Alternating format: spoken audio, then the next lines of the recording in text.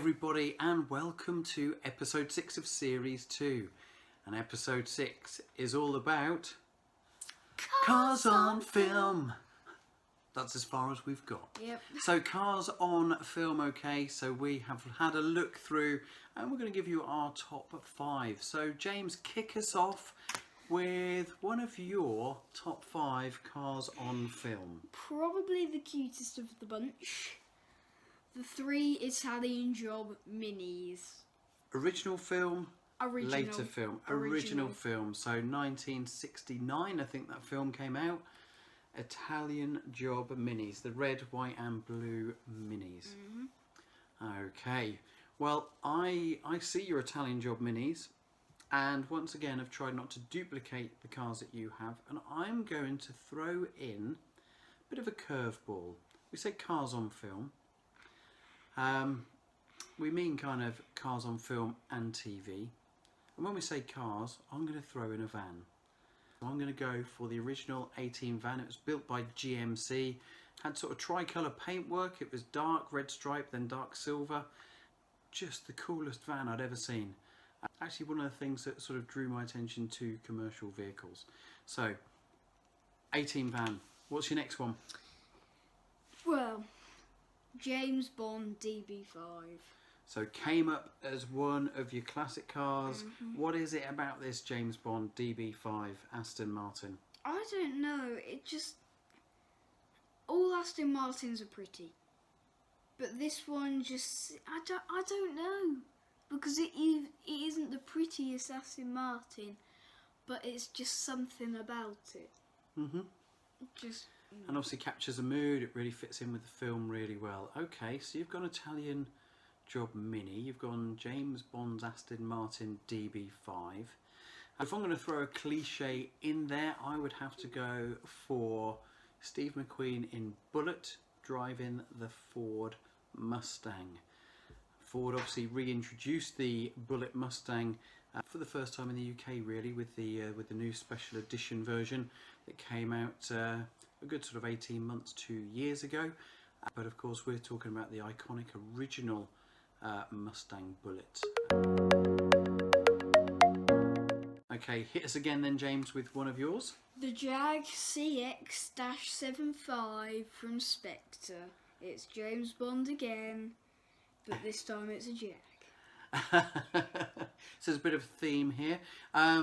That Jag was specially commissioned. I think Williams also helped in the development of that Jaguar as well. Unfortunately never made it to the light of day of production, but you can see that Jaguar at the British Motor Museum. So get yourselves over to there. It's well worth a day at the British Motor Museum to see that. And let me go on to one of mine then. Well, I'm going to go for an iconic film from my youth, and I'm going to jump in with the Ferrari from Ferris Bueller's Day Off. This iconic vehicle that they drive through the town. It was Ferris's best friend's dad's Ferrari, in fact, and must admit it confused me somewhat because they thought that they could put the vehicle pretty much on axle stands, put it in reverse to take the mileage off the car. So certainly made me smile with that little theory. I don't think it turned out too well for those of you that haven't seen the film, but an iconic Ferrari nonetheless. So what's the next one on your list, young James? James Bond again, but this time it's the DB10. Okay, and what was it about the DB10? Oh, I can't... It was just another Aston Martin that you go, that looks good. That looks really, really good. And the significance of that DB10? Paved the way for the DB11 road car and roadster that we see today. So the DB10, again, like the Jaguar before, it never officially released for sale. But the DB10 did pave the way for a slightly different styling process, and the DB11 not too dissimilar really overall to look at than the DB10, but did sort of just change subtly, a bit of a shift in those designs of the Aston Martins that we see around us today. 3 of your top 5 so far contain James Bond's car. Well, I'm going to go for another TV show from my childhood, and that will be, of course, Knight Rider's Pontiac. Who doesn't want to speak to their watch to summon their car? It was almost like Elon Musk was watching this back in the day when you see what he's done with the Teslas. This car was so far ahead of its time with things that we thought at the time were absolutely ridiculous, like a turbo boost button, cruise control, the fact that the vehicle could move autonomously. So some of the concepts that you saw on Knight Rider's car back in the day, we have on vehicles right now on our roads. But it was none of that. I could even forgive the fact it had wheel trims.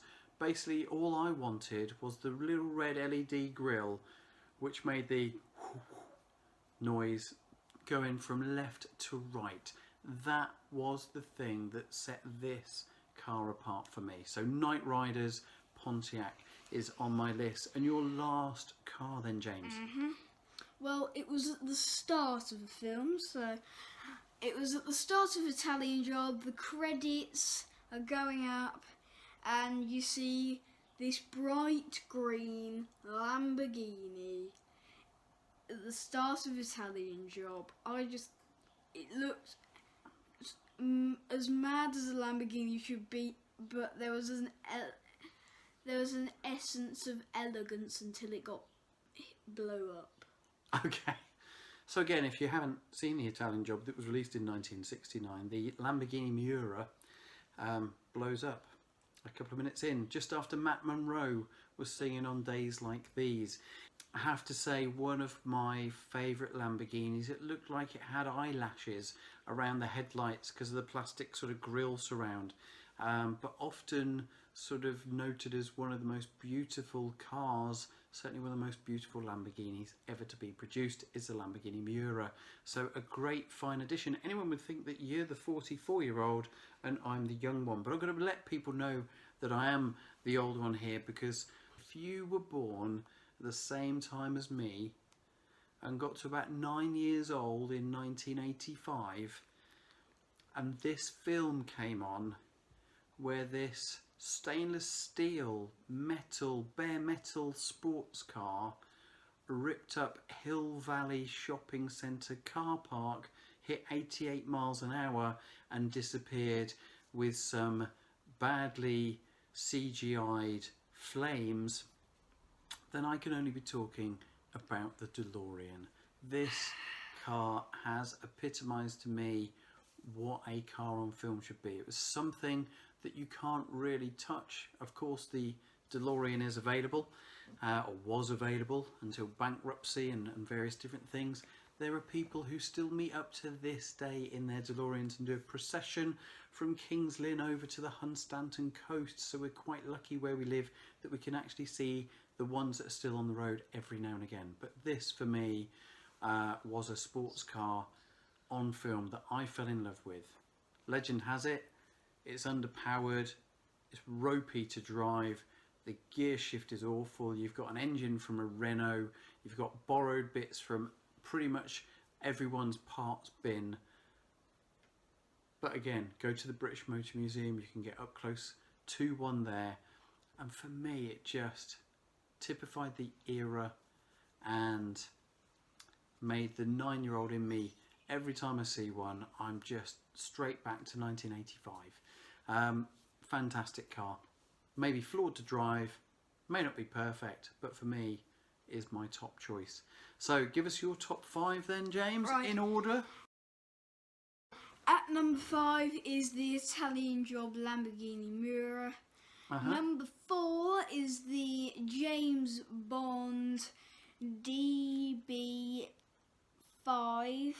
At number 3, is the Jag CX-75. At number 2 is the Aston Martin DB10, and then at number 1, it is the 3 Italian Job Minis. Okay, well, you already know my number 1, so we'll go number 5 for me would actually be the Ferris Bueller Ferrari. That's number 5 for me. Number 4 would be the Mustang from Bullitt. Number 3 would actually be the A-Team van. Number 2 would be the Knight Rider Pontiac, and at number 1, of course, is the DeLorean.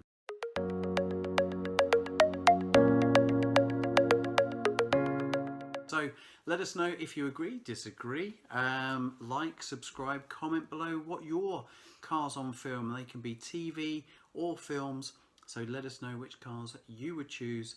And that is the end of series 2. So we hope you've enjoyed our run through of these top 5s based on the categories. Don't forget you can catch up with all of these and series 1 as well. Just click on the playlist button and that will take you through all of those. So for us, for series 2, it's goodbye.